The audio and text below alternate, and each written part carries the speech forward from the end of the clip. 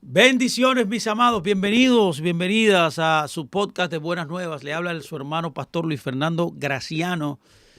A buena hora, mis amados. Qué bendición poder estar nuevamente con ustedes y en este especial maravilloso de Semana Santa, donde estamos hablando de cosas maravillosas acerca de la Torá, de la palabra de Dios. Esperamos de verdad que usted sea bendecido o bendecida.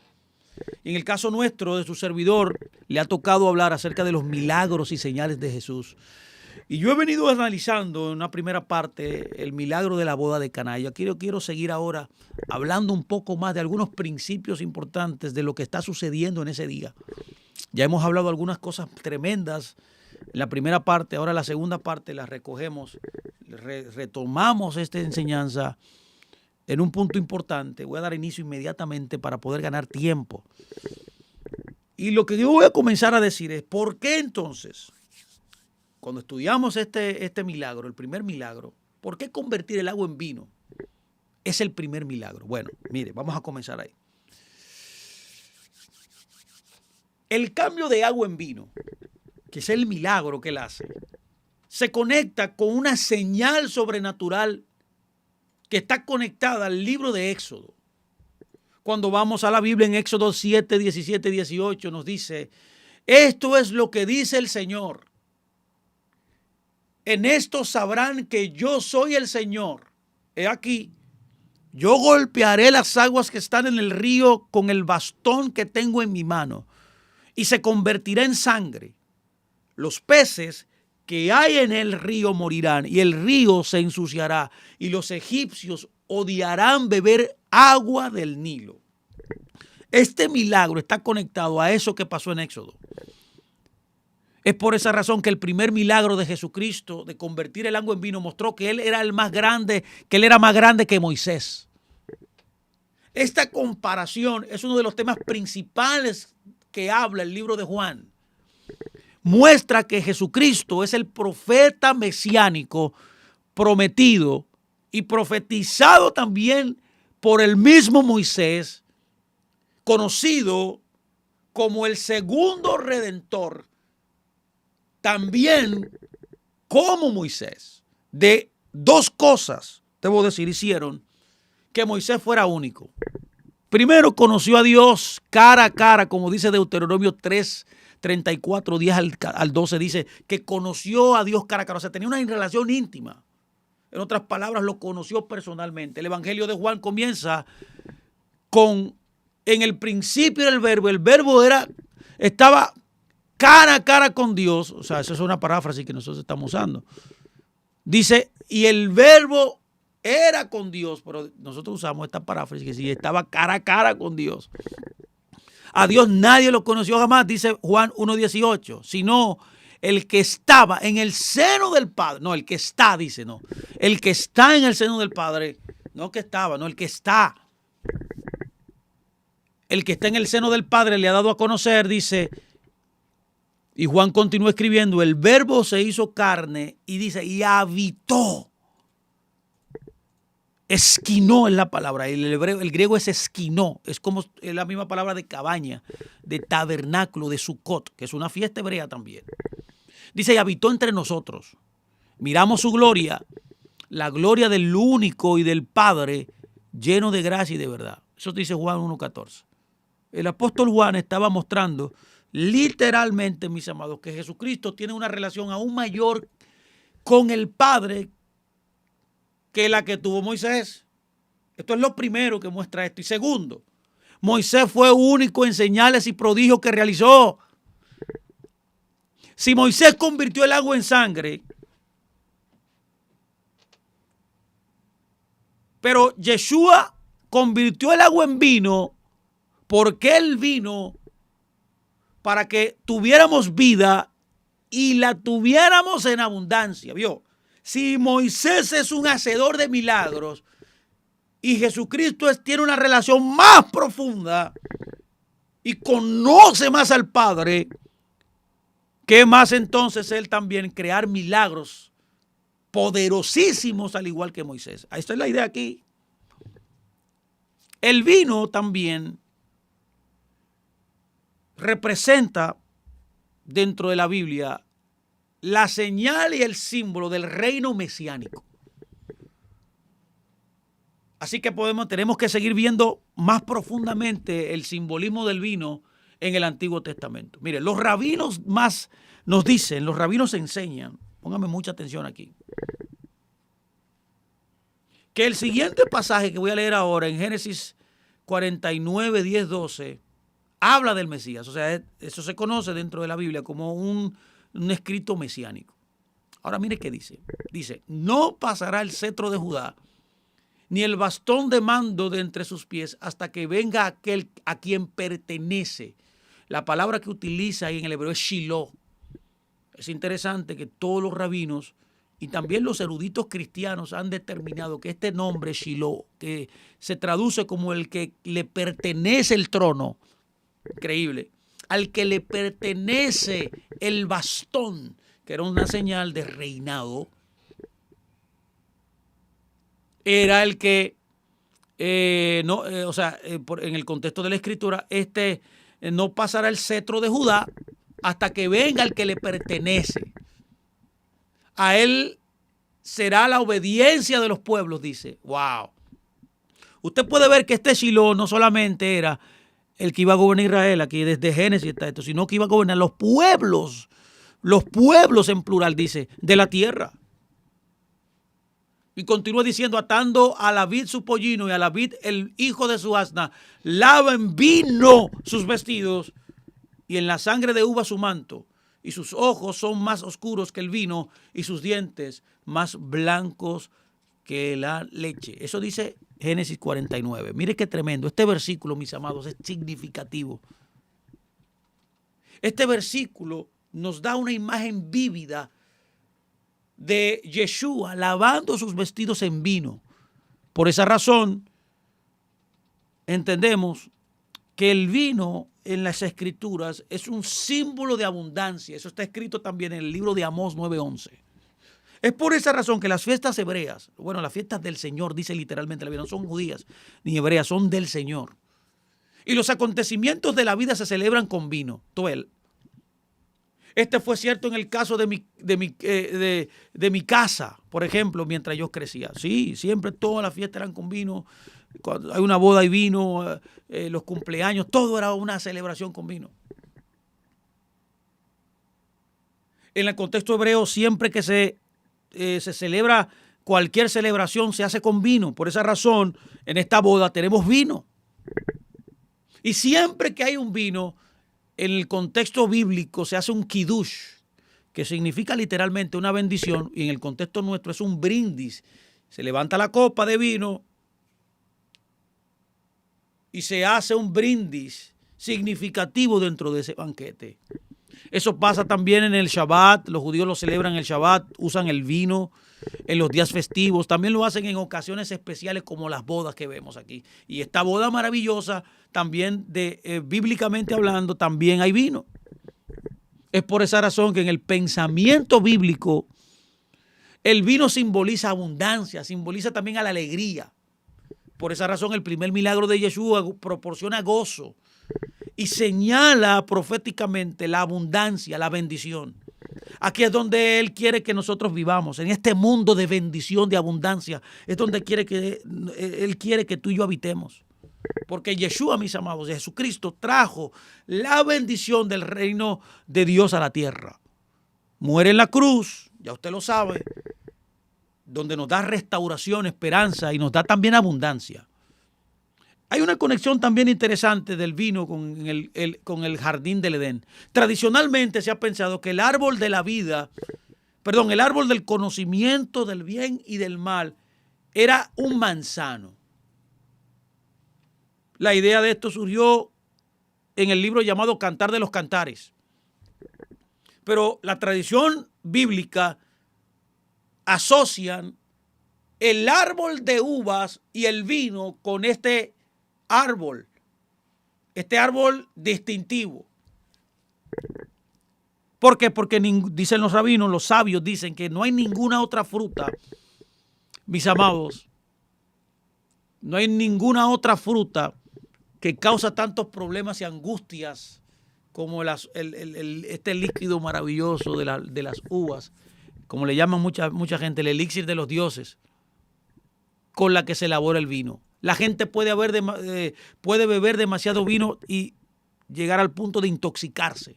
Es por eso que los sabios creen que después de que Noé abandona el arca, ¿se acuerda? Él planta un viñedo para poder corregir el pecado de Adán, el pecado de Eva, de comer del fruto prohibido. Pero Noé fracasó. ¿Qué hizo Noé? Se dio a sus impulsos físicos y dice la Biblia que se emborrachó. Es como una segunda caída del hombre, desde una comprensión bíblica y una de la tradición hebrea también, rabínica puntualmente del texto.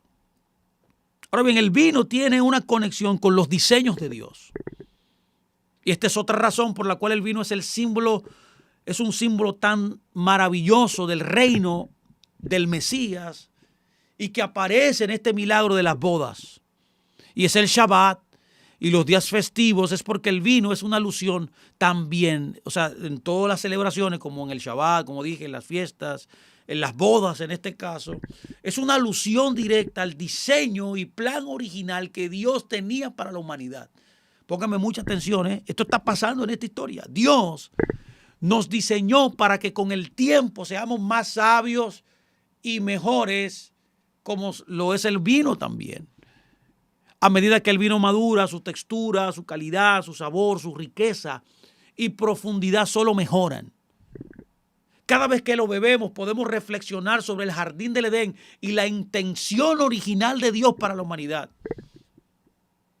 Es por esa razón que el vino también señala la promesa que se avecina. Un día en el que el reino será una realidad y la muerte, mis amados, ya no existirá. Es por esa razón que nosotros viviremos para siempre y como el vino maduraremos y nos volveremos de esa manera más finos con el tiempo, mejores. El vino también representa un potencial ilimitado de bendición, de crecimiento y de vida. Y de acuerdo al profeta Miqueas, el símbolo de la prosperidad y de la paz en el reino mesiánico es que cada hombre esté sentado, dice él, debajo de su vid y debajo de su higuera, sin que nadie, dice, cause terror, porque la boca del Señor Sabaoth, de Adonai, de Jehová Sabaoth, ha hablado. Eso dice Miqueas 4:4. Veo cómo Miqueas conecta esto al símbolo como un símbolo de prosperidad y de paz en el reino de Dios. Nuevamente entonces vemos cómo el vino que proviene de la vid apunta al reino mesiánico y la abundancia y la prosperidad. El vino también es un símbolo perfecto de la vida eterna, porque casi todos los demás alimentos se descomponen y se empeoran con el tiempo. ¿Vio? El pan se pone rancio, la fruta se pudre y a menos que se añeje correctamente, la carne se pudre. Pero el vino, mis amados, mejora, señalando con esta mejoría el designio divino. Es por esa razón que Dios quiere que nosotros vivamos vidas abundantes. Él quiere llamarte, te llamó para que vivieras una vida de abundancia. Eso lo dice Juan 10:10. Yeshua mismo dijo, Jesucristo mismo, yo he venido para que tengan vida y la tengan en abundancia. Es por esa razón que esta boda representa también esta vida abundante que Él quiere darte. Vivir la vida abundante de Juan 10:10 es una aventura extraordinaria con el Señor, mis amados. Es juntamente con Él que lo vamos a experimentar. Es por esa razón que Deuteronomio 30:19 nos recuerda que podemos elegir entre la vida y la muerte, entre las bendiciones y las maldiciones. Y la pregunta es, ¿qué elegirás tú? Por eso Él dice, yo te exhorto a que elijas la vida. Es por esa razón que Jesucristo, mis amados, hizo lo que algunos llaman una interrupción santa. El vino es la interrupción santa. ¿Por qué? Porque nosotros todos necesitamos vivir cada día con una actitud de bendición, con una actitud de abundancia, con una actitud de gozo, de alegría. Pregunto aquí hoy, en esta reflexión, en este estudio, en este podcast?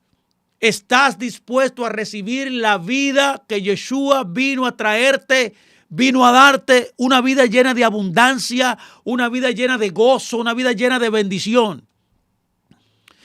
Quiero decirte a ti que me estás escuchando que tú puedes tenerlo, tú puedes acceder a esta vida. La vida abundante está preparada para ti, para que la recibas. De la misma manera como los invitados de esta boda recibieron el mejor vino al final, tú puedes recibir la mejor y más abundante vida. Ahora la pregunta es ¿cómo? ¿Cómo recibo esa vida abundante? Esta es la historia que está hablando aquí de esta boda. Esta vida abundante se consigue estudiando lo que dice Juan 2. Continuamos leyendo en Juan 1 al 5, dice, al tercer día, vimos ya el tercer día, celebraron unas bodas en Caná de Galilea. La madre de Jesucristo estaba allí. Y Jesucristo y sus discípulos también fueron invitados a la boda. Cuando se acabó el vino, la madre de Jesús le dijo, ¿no tienen vino? Y Jesucristo le dijo, mujer, ¿qué tiene esto que ver conmigo? ¿Qué tiene que ver esto conmigo? Y él dijo, mi hora no ha llegado. Y su madre dijo a sus sirvientes, hagan lo que él dice. Es por eso que se necesita abundante fe y abundante confianza en él. María aquí, en hebreo Miriam, se acercó a Jesús en fe. Ella acudió a él esperando que él actuara en su nombre. Jesucristo dijo, esencialmente, mamá, mira, ¿qué tiene esto que ver conmigo? Esto no tiene nada que ver conmigo, mi hora todavía no ha llegado. Él le estaba diciendo que no era el momento de revelar su divinidad,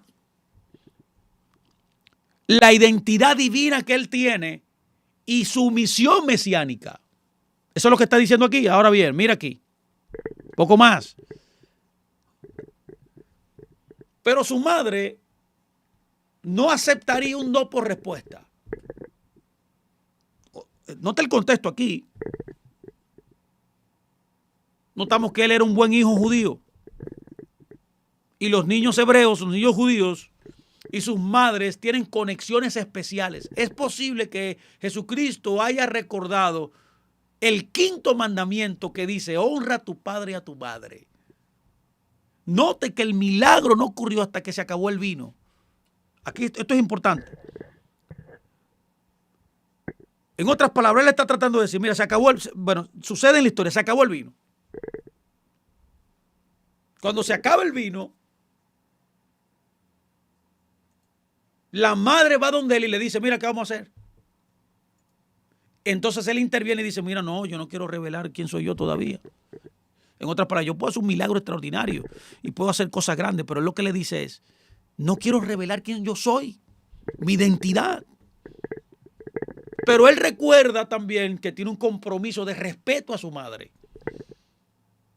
Ahora, el milagro no ocurre hasta que el vino se acaba. Esto es importante. ¿Te imaginas lo humillados y avergonzados que estuvieron los novios en ese momento? O la novia, básicamente. Ellos eran responsables de mantener a los invitados a la boda y lamentablemente se habían quedado cortos. Estaban en una posición, en otras palabras, de vergüenza. Podríamos decir que esto fue un error de cálculos. Las ollas estaban vacías, lo que le dio un giro significativo a la celebración. Ahora, ¿cómo pudimos permitirnos que esto sucediera? Pudieron ellos preguntarse, ¿qué pasaría aquí? Y lo que María le pregunta a Jesucristo es, esa pregunta denota en ella una preocupación muy profunda. Esto muestra lo preocupada que estaba María. Y Jesús entonces dice, ¿no tienen vino? La implicación aquí es que ella la estaba tratando de decir, tú tienes que hacer algo, papá. Tú tienes que hacer algo, Jesús. Los organizadores de la boda estaban en una crisis ahí, pero una crisis de vergüenza. Y es lo mismo en nuestras vidas. Muchas veces llegamos a un punto en el que ya no nos queda nada, que no tenemos ninguna posibilidad. El juego se trancó de alguna forma. Estamos agotados quizás emocionalmente, físicamente y también monetariamente. Y a menudo es porque nos hemos equivocado o alguien más lo ha cometido y eso nos está afectando. Ha habido un error de cálculo importante en la vida. Cuando tocamos fondo y las cosas se secan, el pánico nos envuelve. Uno dice, lo arruiné, ¿cómo pudo pasar esto? ¿Qué voy a hacer ahora? ¿Cómo voy a lograrlo? Pero la idea aquí clara es que no debemos temer. Entonces, la vida abundante de Él se crea, se viene a la vida, viene a tu vida cuando tienes fe, cuando confías. ¿Por qué? Porque Dios, tu Dios y mi Dios, tiene el control. Y en esa boda notamos cómo Jesucristo tiene el control. De hecho, mucha gente espera que cuando suceden este tipo de cosas todo acabe. De manera que es importante que nosotros veamos que cuando el miedo viene, la preocupación toma, hay problemas, pero cuando la confianza y la fe nos albergan, nosotros podemos ver milagros grandiosos que suceden de la mano del único que puede obrar milagros poderosos en nuestra vida y es Jesús. Vamos a darle un poquito más para adelante, mi amado. De manera que es interesante notar que necesitamos tanto fe y confianza. Ahora bien, hay una línea muy delgada entre fe y confianza. La fe cree que Dios existe y que supervisa toda la creación y que nos guía de manera providencial. Y alternativamente la confianza es actuar sobre nuestra fe. ¿Vio? Hay una diferencia muy grande. La fe cree que Dios existe y que Él es el dueño y que supervisa nuestra vida. Pero la confianza es lo que te hace mover, te hace actuar sobre esa fe que tú tienes en Él. Es salir con la confianza de que Dios nos respalda y que proveerá cuando lo necesitamos. Es avanzar sabiendo que Él abrirá un camino donde parece que no hay camino. Dale más para adelante, por favor, escúcheme, por favor, esto está tremendo. ¿Qué es la confianza entonces? Es fe en acción. María tuvo fe y confianza cuando le pidió a su hijo que lo ayudara en esa boda. Si quieres vivir desde el lugar de la abundancia, en otras palabras, si quieres vivir en la alegría, en el gozo de Dios, en los milagros de Dios como sucedió en esta boda, tú tienes que caminar en fe y en confianza. Saber que Dios es tu supervisor, saber que Dios es tu Dios, pero también actuar en consecuencia a su palabra. Actuar fervientemente en lo que Él ha ordenado y verás milagros. Es por esa razón que podemos decir que felices los que confían en Él cuando las cosas no las puedes comprender. En términos de Dios, vivir en abundancia es vivir en obediencia. María le dijo a los sirvientes, ¿se acuerdan la historia? Hagan lo que Él diga. Dios, qué lindo es esto. En nuestra cultura la obediencia se ha vuelto negativa e insatisfactoria, mientras que el cinismo, la incredulidad, la falta de respeto se consideran geniales. Desafortunadamente, en el mundo de lo incorrecto, la cultura actual se equivoca. Desobedecer a Dios desestima, saca de la ecuación la bendición. Y eso se remonta al jardín del Edén nuevamente, mi amado. Adán y Eva no creyeron.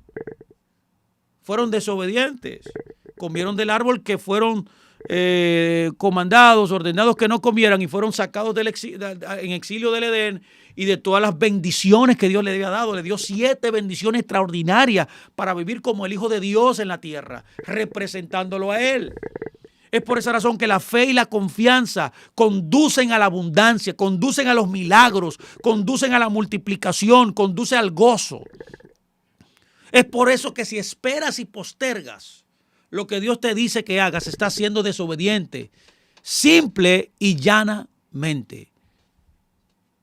Hay una autora llamada Jessica Lagrone, escribió algo interesante. Ella dice que en la India a los niños se les enseña lo siguiente. Ella dijo, la obediencia lenta no es obediencia.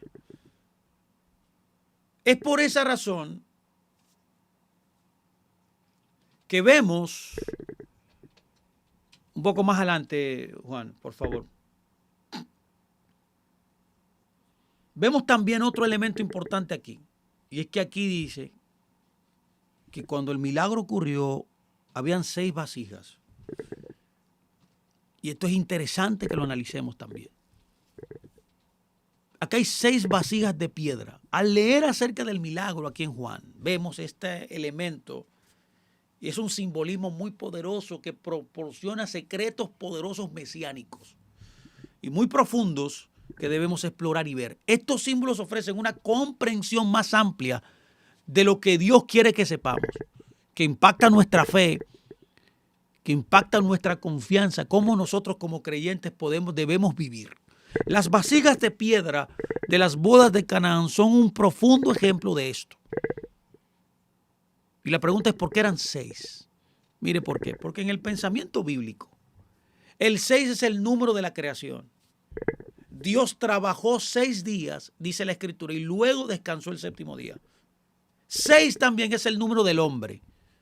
Dios creó al hombre, al primer hombre y la primera mujer, Adán y Eva, en el 6º día de la creación. Y también el hombre cayó en el 6º día. Cuando comió del árbol de la ciencia del conocimiento del bien y el mal, como le dije. Por esa razón, este primer milagro involucró 6 tinajas de piedra, porque él vino como el segundo Adán y como nuestro Salvador. Y dado que la caída ocurrió en el 6º día, el Mesías murió en el 6º día, que en el calendario hebreo es el viernes. Lo que hace que el Viernes Santo sea tan bueno es que el Mesías vino a restaurar lo que perdimos en Edén. El Mesías no solo murió el 6º día, sino que también estuvo en la cruz 6 horas e incluso fue traspasado en 6 lugares. 6 lugares. Primero, en Juan 19:2 nos dice que su cabeza fue traspasada con una corona de espinas. Número 2, en Juan 19:32-35 nos dice que su costado fue traspasado. También nos dice en el Salmo 22:16, hablando de él, que sus 2 manos fueron traspasadas. El Salmo también 22:16 también nos dice que sus pies, más adelante, fueron traspasados. Juan,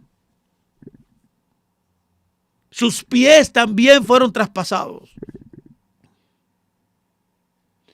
Es por esa razón que esa crucifixión es una señal de la restauración, de la conexión. El número 6, o el significado de este número 6, por esos 6 vasijas, aún va más allá.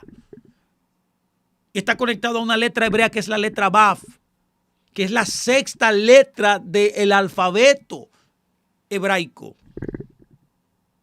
Cuando usted ve esta letra, está escrita en forma de hombre. Y es nada más y nada menos la letra que más se utiliza en las Escrituras.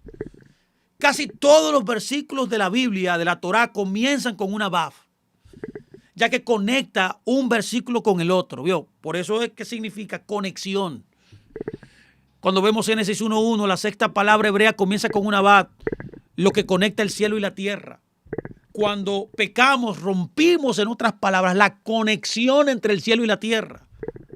Y Jesucristo vino cuando fue al madero y murió para restaurar la conexión entre el cielo y la tierra. Murió en esa cruz para restaurar la unión, la conexión, para que la vida abundante, para que la alegría, para que el gozo, para que la bendición nuevamente reposara en la novia, en la esposa del Creador. Somos todos nosotros. Hay otra conexión más con el número 6 que debemos nosotros considerar. Esta conexión no es una restauración, sino una mirada hacia adentro. Los rabinos nos enseñan que el vino que se ha conservado en sus uvas desde los 6 días de la creación. Escúcheme por favor. Hay un vino que está conectado en las uvas que provienen, en otras palabras, del jardín del Edén y de los 6 días de la creación. Las 6 tinajas de piedra señalan que el vino, que Yeshua vino, o que el vino, bueno, que es él mismo, póngame atención porque es una tipología de él.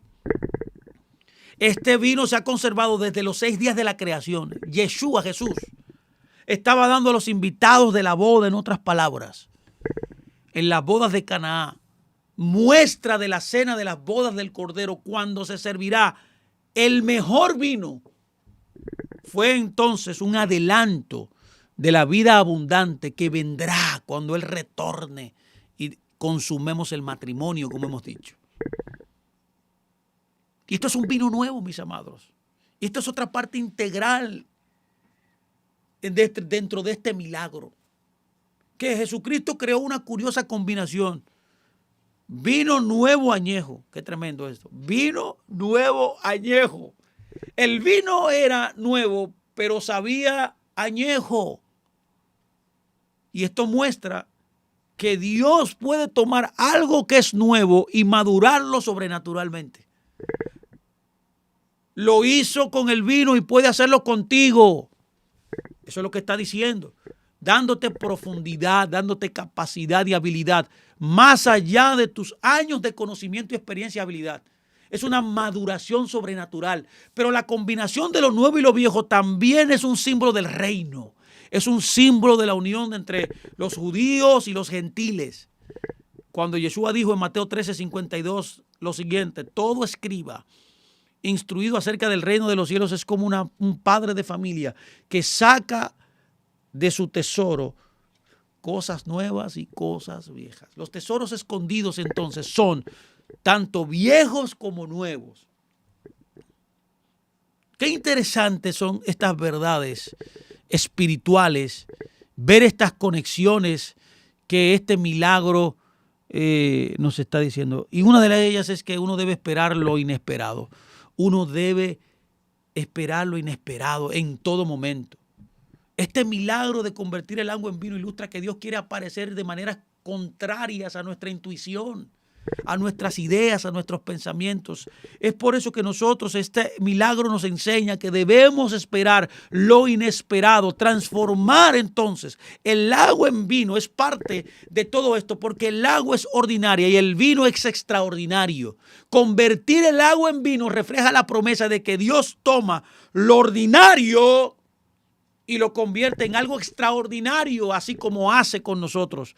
Él es un Dios que quiere bendecirnos. Él quiere que vivamos en abundancia. Él quiere que nosotros experimentemos una transformación extraordinaria, que podamos experimentar personalmente esa bendición que Él da. Es por eso que Corintios 5:17 nos dice que quien está en el Mesías es una nueva criatura. Lo viejo se fue. Lo nuevo está aquí, lo viejo está pasando y lo nuevo, la extraordinaria vida en abundancia está llegando. Dios no quiere que vivas en carencia, en humillación, en pobreza extrema. Dios no quiere eso. Él quiere que vivas fuera del desbordamiento. No nos equivoquemos que sus bendiciones son abundantes y extravagantes. Juan 2:7 dice, y las llenaron hasta el borde, dice la historia. Llenaron esas vasijas hasta el borde. Dios quiere que vivas la vida hasta el borde. Quiere que reboses de bendición, de abundancia. Pero esto viene a través de la confianza, de la fe, de la obediencia, de tener una relación íntima con Él. Y esto es lo que habla este milagro. Piensa esto por un momento, mi amado, lo que está pasando en esta historia. Es una tipología de ti y de mí, de las bendiciones maravillosas que Él quiere traerte por tener una relación perfecta, unida, conectada con Él, de obediencia, de confianza, de fe. De manera que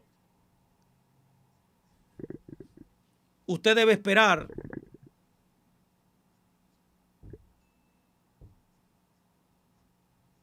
como María esperó este milagro poderoso. Cuando ella le dijo, hagan lo que él diga, estaba diciendo, viene un milagro. Ella estaba teniendo una expectativa, porque ella conocía quién era su hijo. Y por eso ella le dice, actúa. Él le dice, no es tiempo. Pero ella le dice, óiganlo. Está diciendo, en él hay poder, en él hay fuerza. Él puede hacer cosas extraordinarias.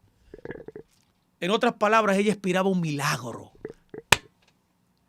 Y hoy usted tiene que entender también que usted necesita, en este especial de Semana Santa, esperar los milagros que Dios tiene para su vida. Cuando caminas en obediencia, no importa cuán irracional pueda parecer a veces tu vida, si estás lleno de problemas, pero tú tienes que tener, si te robaron esa expectativa de milagro, de que Dios puede cambiar tu situación y que Él quiere que tú vivas en el desbordamiento, en los milagros, en la alegría, en el gozo, en la bendición, perdiste todo. Tú debes retornar en entender este milagro, que lo que Dios quiere contigo es que vivas en abundancia, en bendición, en crecimiento y en prosperidad y en gozo. ¡Qué hermoso milagro! Bueno, a grandes rasgos hemos visto en 2 sesiones este milagro. ¿Qué estoy tratando de decir? Que usted debe esperar lo mejor en los próximos días. Cada día tiene su fe, cada día tiene su afán. Por eso cada día usted debe esperar un milagro de Dios. Este milagro de la boda de Caná representa los misterios escondidos de vivir una vida abundante, feliz, dichosa, contenta. En un momento donde cuando llegó todo iba muy bien, hasta que se acabó el vino. Es un paralelo a la vida del creyente, que va a haber momentos difíciles, pero mientras nosotros vivamos conectados al novio, unidos al novio, obedeciendo sus mandamientos, su palabra, teniendo confianza en Él, actuando, Él obrará milagros en medio nuestro de multiplicación. Él traerá abundancia, traerá bendiciones y traerá gozo en tu vida, como Él ha pensado desde que creó al ser humano. Así que, mis amados, yo espero que este tiempo, estas 2 sesiones de este milagro de la boda de Caná, algunos elementos que hemos visto le hayan ayudado a entender aún más todo el engranaje de lo que quiere decir este verso. Resumo, este milagro representa la vida de bendición y abundancia de un creyente cuando se conecta correctamente en obediencia, en fe y en confianza a su marido, a su creador, a su novio que es Jesús. Él va a obrar milagros en el momento más inoportuno, pensando desde el punto de vista de nosotros, que nosotros estemos viviendo. Él obrará a su favor, trayendo el diseño perfecto que Él ha determinado para ti y para mí. Así que este es el milagro de la boda de Caná. Espero que le haya ayudado a entender, que haya sido bendecido y bendecida. Así que esperamos que esta Semana Santa sea una semana abundante, agradable, y que usted se conecte realmente con el nombre de esta semana, Semana Santa, una semana apartada para reflexionar en el Señor y vivir una vida agradable a Él. Así que nos despedimos. Gracias de verdad. Les deseo grandes bendiciones.